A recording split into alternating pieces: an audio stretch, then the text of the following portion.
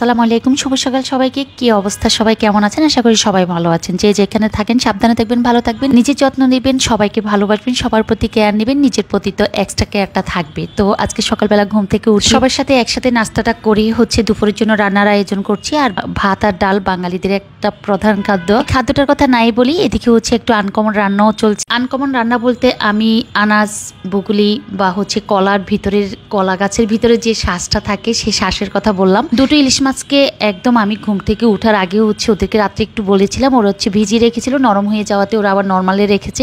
সকালবেলার নাস্তাটা কমপ্লিট হওয়ার পর রান্নাঘরে চলে যাওয়া। আর রান্নাঘরে চলে যাওয়া মানেই দুপুরের আয়োজনটাকে একদম টানা একসাথে শেষ করে রান্নাঘর থেকে বেরিয়ে হওয়া। এটা হয়তো বা আমি একা না, সব বাসায় করছেন। তো আজকে বাজার থেকে কিছু বাজার সদাই করেছিলাম, সেটা ছিল মুরগি কিনেছি, আর কলমি শাক, আনারস কিনেছিলাম, কাঁচামরিচ কিনেছিলাম, ধনিয়া পাতা কিনেছিলাম। সবকিছু এখন আস্তে আস্তে বের করে নিচ্ছি। ওদিকে ইলিশ মাছ রেখেছিলাম ফ্রিজে দুটো, ওই ইলিশ মাছগুলো বের করে এখন কেটে কুটে ধুয়ে পরিষ্কার করে রান্নার কাজে হাত লাগানো। তো সব বাজার একটু সবার সাথে শেয়ার করা। বরবটিটাই রিসেন্টলি এই মাসে এতবার আনা হয়েছে। সবাই বরবটি ভর্তাটা খুবই লাইক করে। আর এনেছিলাম প্রায় 1 থেকে 150 মুরগির ডিম। আসলে ডিমটা কি, যেহেতু সকালবেলা নাস্তার সাথে ডিম খাওয়া হয়, এটা প্রত্যেকটা বাসায় যারা যারা ডিম পছন্দ করে খেতে, তো যেহেতু ডিম প্রায় আনা হয়, ধাপে ধাপে না আনার চেয়ে একসাথে আনা ভালো, সেজন্য ডিম আনিয়েছিলাম। আর ডিমগুলোকে ধুয়ে পরিষ্কার করে দেন ফ্রিজে রেখে দিব। লেবুটা গতকালকে আনিয়েছিলাম, তাও আমি ফ্রিজে ধুয়ে পরিষ্কার করে পানি ঝরিয়ে তারপরে নর্মাল ফ্রিজে রেখে দিয়েছিলাম। এখন কাটাকাটিগুলো তাড়াতাড়ি কমপ্লিট করলে সবচেয়ে তাড়াতাড়ি আমি রান্নাটা বসাতে পারবো। প্রতিনিয়ত আমি সবার সাথে শেয়ার করি, সেটা বটি দিয়ে করি আর ছুরি দিয়ে করি আর নিচে বসে বটি দিয়ে করি। একদম নর্মালভাবে তাড়াতাড়ি করে কেটে কমপ্লিট করাটা সবচেয়ে মানের কাজ। তো এদিকে আনারসগুলোকে একদম দ্রুত কেটে স্লাইস করে দিব। আনারস কাটাটা কমপ্লিট, ওদিকে শাক কাটা কমপ্লিট, মাছটা এখনও কাটিনি। আনারসটা কাটা কমপ্লিট হলে আমি আবার অন্য কাজে চলে যাব। অন্য কাজ বলতে আনকমন না, এটা আসলে একদম 6 মাসে একবার কিনি বা বছরে 2বার কি একবার কিনি, ওই ধরনের একটা তরকারি কাটাকাটি করব। আর এটা আমাদের যেহেতু আমি জাতীয় মাছ ভিজিয়েছি, তাই জাতীয় মাছের সাথে জাতীয় তরকারি রান্না করলে সবচেয়ে বেটার হয়। তো শাপলা কেটে নিচ্ছি, ফুলগুলোকে এক সাইডে ফেলে দিয়ে জাস্ট এভাবে স্লাইস করে নিচ্ছি। তারপরে উপরের আঁশগুলো ফেলে দিয়ে আবার ছোট ছোট করে কেটে নিব। শাপলা দিয়ে ইলিশ মাছ কার কার পছন্দ অবশ্যই জানাবেন। তবে আমার বাসায় রেগুলার খাওয়া হয় না, বছরে 1বার কি 2বার বা 3বার, বর্ষার সিজনে হয়তো মনে করি 1বার আনা হয়। আর সবচেয়ে শাপলার সাথে ইলিশ মাছ দিয়ে শাপলা রান্না করলে কিন্তু অনেক ভালো লাগে। কিন্তু তরকারির মাঝে আমার মনে থাকে না যে শাপলা তরকারিটা আমি ইলিশ মাছের সাথেও দিলেও তো ভালো লাগবে, একদম মনে থাকে না। আজকে বাজার সদাই করতে গিয়ে মনে হলো যেহেতু মাছ ভিজিয়ে রেখে গিয়েছিলাম, সেই ক্ষেত্রে শাপলা কেনাটা একদম জরুরি। তাই একদম মন থেকে শাপলাটা কিনে বাসায় ফিরেছি, যে আগে শাপলা কিনেছি, তারপরে অন্য তরকারি কিনেছি। শাপলা দিয়ে ইলিশ মাছ আবারও বলছি, কার বাসায় কে কীভাবে রান্না করেন অবশ্যই জানাবেন। আমার কাছে অনেক বেশি ভালো লাগে শাপলাটাকে, অবশ্যই আমি যেভাবে রান্না করি একটু হলেও শেয়ার করব। আর ওদিকে জাতীয় মাছটা কাটাকাটি করছি। আর মাছ কাটা সবাই আমাকে বলেন যে আপু একটু স্লো করে কাটবেন।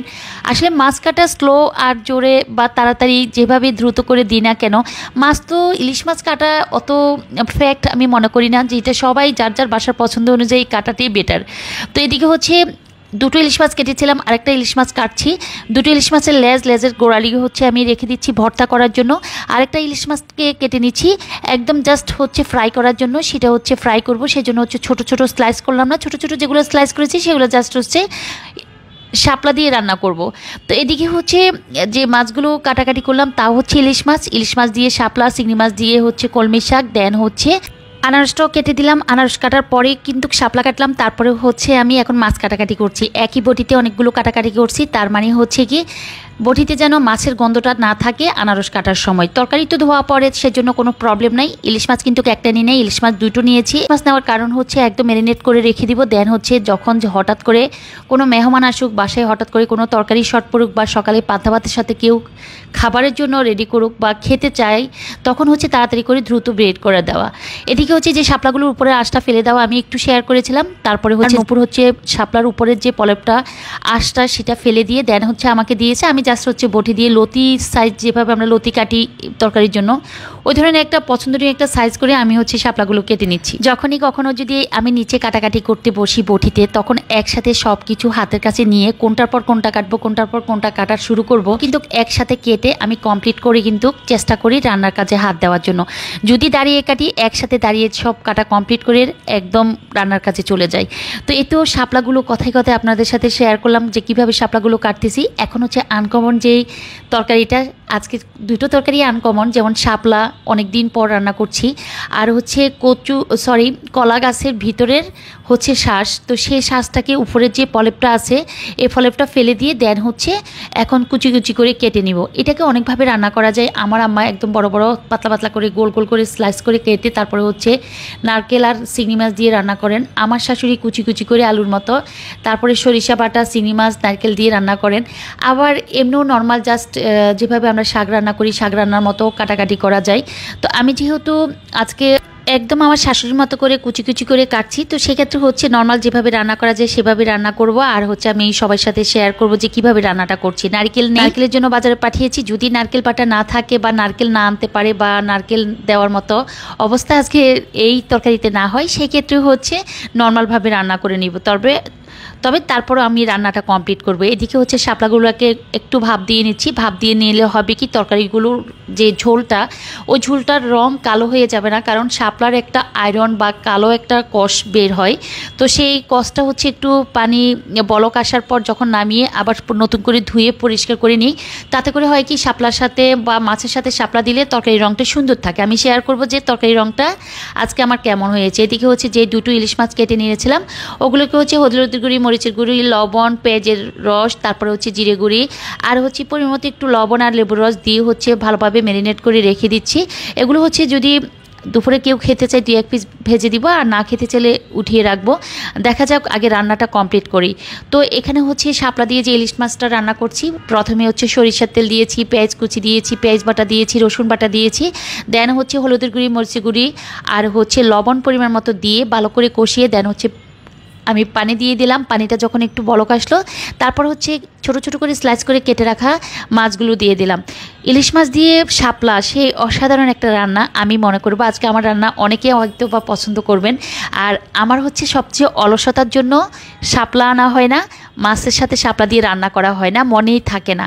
তো এদিকে হচ্ছে সকল উপকরণ দিয়ে হচ্ছে আমি ওই যে বললাম আনকমন রান্নাটা রান্না করছি, সেটা হচ্ছে কলার ভিতরে শ্বাস, বুগুলি বলেন, আনাজ বলেন, কার ডিস্ট্রিক্টে কী নামে পরিচিত অবশ্যই জানাবেন। সেটা রান্না না করে আগে হচ্ছে আমি শাকটা বসিয়ে দিচ্ছি।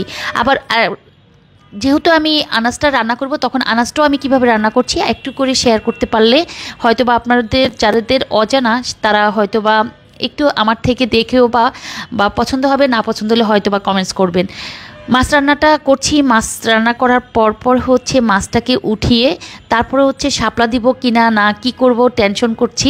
আর আনারসগুলো কেটে ধুয়ে পরিষ্কার করে রেখেছি, এখন হচ্ছে জাস্ট হচ্ছে সুন্দর করে স্লাইস করে নিচ্ছি। আনারস কাটার পর সবাই কিভাবে ধুয়ে পরিষ্কার করে তারপরে কাটাকাটি করেন, নাকি আনারস কাটার পর কেউ ধুয়ে পরিষ্কার করেন না, আমাকে একটু শেয়ার করবেন।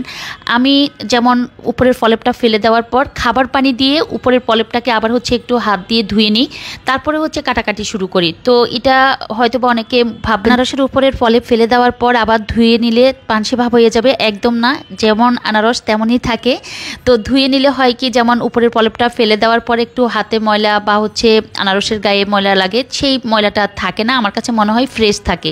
তো এই তো একদম ছোট ছোট করে আমি আমার মতো করে স্লাইস করে নিলাম, ভিতরে শ্বাসগুলো ফেলে দিলাম, একটু হলুদ, একটু মরিচের গুঁড়ি আর একটু লবণ আর একটু সরিষার তেল দিয়ে হচ্ছে মেখে আনারসগুলো দিয়ে দিব। এদিকে হচ্ছে যে ইলিশ মাছ দিয়ে হচ্ছে শাপলা রান্না করছি, সেই শাপলা হচ্ছে দেওয়ার আগে হচ্ছে ইলিশ মাছটাকে উঠিয়ে তারপর হচ্ছে শাপলাগুলো দিলাম, দেওয়ার পরে একটু বলক আসার সাথে সাথে হচ্ছে মাছগুলো উপরে ছড়িয়ে ছিটিয়ে দিলাম। এতে করে হচ্ছে তরকারিগুলো নিচে পড়ে যাবে, মাছগুলো উপরে থাকবে। আমি যখন দুপুরে খাবারের সময় সবাইকে উঠিয়ে দিব তখন আর আমার মাছগুলো ভেঙে যাবে না, তরকারি মাছে একদম সুন্দর সতেজ থাকবে, মানে মাছগুলো ভেঙে যাওয়ার কোনো সম্ভাবনা নেই। আর এদিকে হচ্ছে কলার ভিতরে যে শ্বাসটা আছে ওই শ্বাসটা রান্না করতেছি, যেটাকে আমি বুগুলি বলেছি বা আনাজ বলেছি, আপনাদের এলাকায় কি বলে অবশ্যই জানাবেন। আর ওগুলোর জন্য হচ্ছে মশলাটা কষিয়ে নিলাম। ওদিকে হচ্ছে শাপলা দিয়ে যে মাছটা রান্না করেছি একটু ধনিয়া পাতা দিলাম, লবণ দেখলাম, একটু পরিমাণ মতো ঝোলে ঝোলে হচ্ছে তরকারিটা নামিয়ে ফেলতেছি। শাপলা রান্নাটা কার কাছে কেমন লেগেছে অবশ্যই কিন্তু জানাবেন। প্রত্যেকটা জিনিসের জন্য কিন্তু আপনাদের আমার সহমত প্রকাশ বলেন আর দ্বিমত প্রকাশ বলেন অবশ্যই জানাবেন, তাতে করে হবে কি আমি একটু সচেতন হব। আর যে আনাজটা রান্না করেছিলাম এটাকে একটু হলুদ দিয়ে হচ্ছে আমি ভাপ দিয়ে নিলাম, কারণ এই আনাজে বা বুগুলি বা হচ্ছে কলার ভিতরে শ্বাসে কিন্তু আয়রন থাকে, একটু ধুয়ে নিলে হয় কি যে কষ্টটা থাকে ওই কষ্টটা থাকে না, রান্নার পর হচ্ছে সুন্দর রং হয়। শাপলাতেও কিন্তু সুন্দর একটা রং এসেছে, আপনারা হয়তো খেয়াল করেছেন। মুরগি হচ্ছে কেটে ধুয়ে পরিষ্কার করে রেখে দিয়েছি, আর 2টো মুরগি নিয়েছি রান্না করার জন্য রাতে আর আগামী দিন সকালের জন্য। মাংসগুলো ধোয়া শেষ, পানি ঝরানোর জন্য রেখে দিলাম ছাপিতে। ওদিকে হচ্ছে মশলা কষিয়ে নিলাম, তারপরে হচ্ছে রুমে আসলাম, এসে হচ্ছে একদম গোসল টোসল করে সবাইকে খাবার দাবার দিয়ে একটা কাজ করলাম, একদম রেস্ট নিনি। পুরো আমার যে আলমারিটা আছে আলমারিটাকে একদম ভালোভাবে গুছিয়ে নিলাম। অনেক দিন যাবত আলমারি গোছাবো করে আর সময় হচ্ছিল না, তাই একটু গুছিয়ে অল্প একটু শেয়ার করলাম, অল্প একটু শেয়ার করলাম সবার সাথে, সব কিছু আর দেখালাম না। আর এদিকে হচ্ছে গ্রাম থেকে আমাদের জন্য হচ্ছে এটা কি চাল ভেজে তারপরে হচ্ছে খেজুরি গুড় দিয়ে মোয়া বানিয়ে পাঠিয়েছিল, আর পাঠিয়েছিল লেবু। তো লেবুগুলো হচ্ছে আমাদের গ্রামের বাড়ির গাছের লেবু। তো সব কিছু মিলিয়ে সবাই অনেক বেশি সুস্থ থাকবেন, ভালো থাকবেন, নিজের প্রতি যত্ন নেবেন, সবাইকে সম্মান করবেন। আল্লাহ হাফিজ।